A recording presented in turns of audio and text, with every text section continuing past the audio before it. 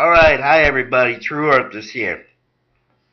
We had something happen yesterday. We lost somebody in the science community, a bigwig, Stephen Hawking. He finally died of, I guess, maybe old age. I don't know. It might have been complications due to ALS, I'm sure.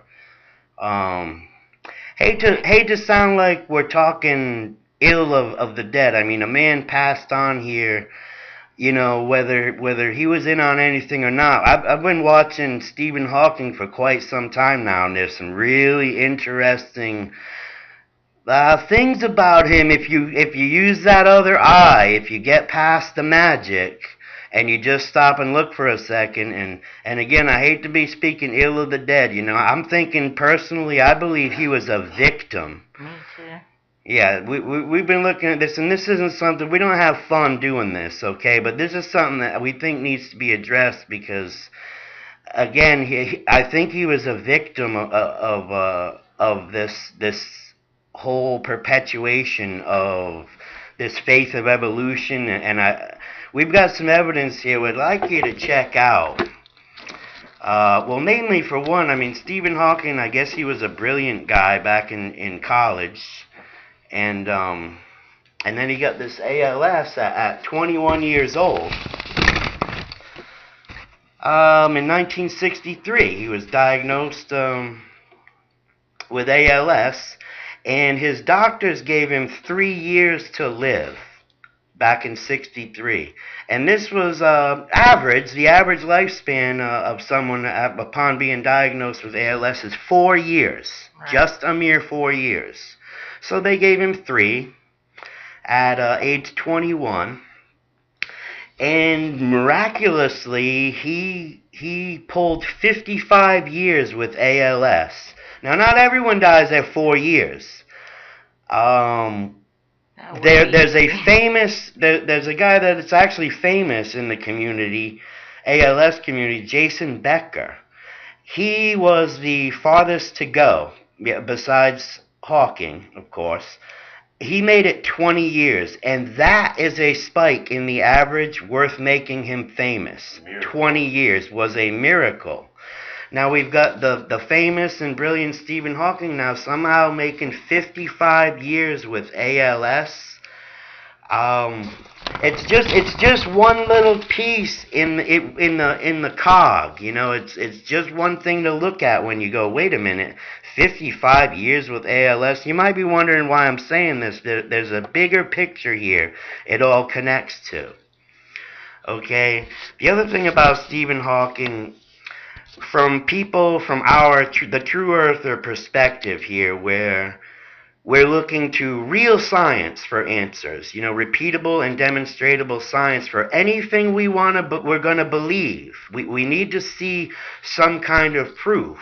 And when you look into Stephen Hawking, you find out he was yet another dreamer, just like Einstein, with the magical universal speed limit to tie in his math we had talked about. Well, Stephen Hawking did the same thing, and this is why he is famous.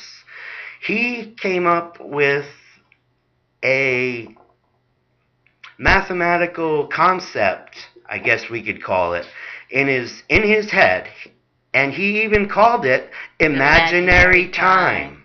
That was it, imaginary time. And this was the math that he needed to make anything he said about the idea of atoms and black holes coming to a point where some go in and some go out, so eventually they could evaporate.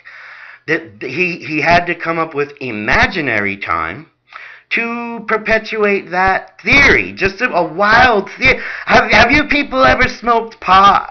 Has anyone ever sat in a room listening to me that smoked pot with a few high school dropouts? This is the kind of stuff they come up with.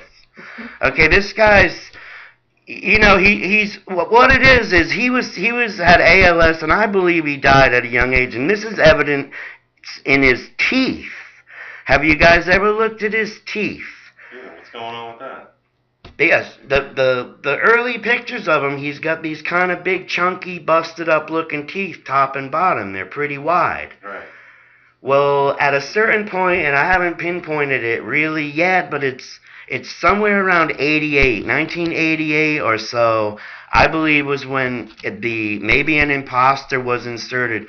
His teeth, his bottom teeth, he's got these four very, very standout little, they're like perfect rectangles, and they all have an even space between them, and they're just standing right up out of the bottom of his mouth. And there is no way that those big chunky bottom teeth don't shrivel up over time and become skinny. Not to mention, this guy's he's a famous whatever, he's got the unlimited card, this guy. How about some dentures? How about say, hey, my mom, God bless, she got me some dentures, and we're like poor folks. This guy, did they get him worse dentures than he had? Because they're just not the same teeth. And look, if you look a little further into the length of his chin from his mouth, how originally the first Hawking had a longer chin, and this newer Hawking, he even looks younger. He's got better skin. They like, yeah, they're like the 88 and up. Okay, so there's that about the teeth. It's just another. This poor man in this wheelchair was just another pawn in this perpetuation of keeping us into space and evolution, which results in not having a creator, which a body without a creator cannot have a soul inhabiting it. This is their goal, to eliminate your awareness of having anything special inside you and bring you back to the idea that you came squirting out of the uglier end of a mud skipper.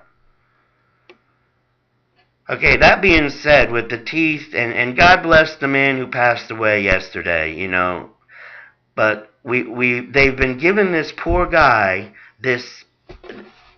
The bag.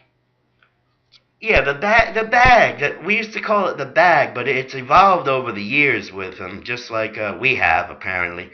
It used to be like this black bean bag they just rested on his head, and it would literally translate his thoughts. Well, originally they had one of his students who was close enough to him to actually be able to make something out of this murmuring noise that he would just, it was just awful, the sounds he made. And this student could somehow figure out these awesome revelations. Genius. Yeah, the student was, not his wife. Maybe his wife wasn't emotionally, she could act, but you can hear this stuff in interviews. This guy isn't saying nothing that a student's going to be. Student was so smart, he could decipher out these riddles of space-time continuum. You wouldn't see anything special if you passed inside the black hole.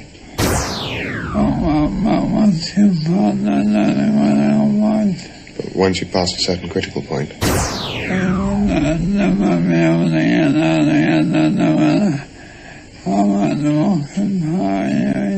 then you'd never be able to get out again, no matter how much rocket power you... Yeah.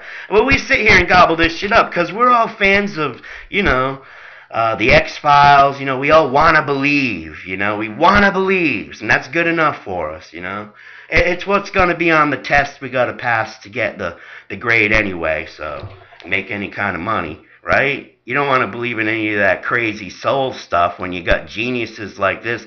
Well, look at this bag they've got.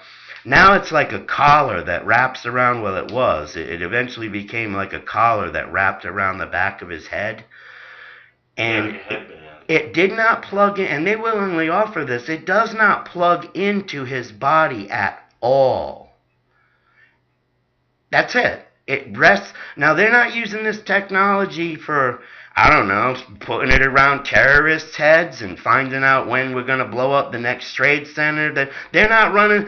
You mean to tell me a poor little girl, if you got a daughter that can't talk, you can't get one of these collars and have it on you? Anyone with a disability that can't speak, let's get one of these headbands on them. And they can live this thing will read their minds. You don't even have, it's not invasive at all. We don't have these things everywhere, just Hawking. Hawking gets the magic bag because he's perpetuating this idea that you don't have a soul. Again, it's not Hawking. It was not Stephen Hawking. That man was no more a long time ago. And I don't know, that we're going to leave some links here. Maybe you guys might want to look into this. It's not so much that it's that important about Stephen Hawking, but it's that cog in the gear that he provided to generations, mine included. Just more of this imaginary stuff that we're supposed to take as science. Anyway, guys, that's what we had to say on this one. I just thought I needed to get it out there.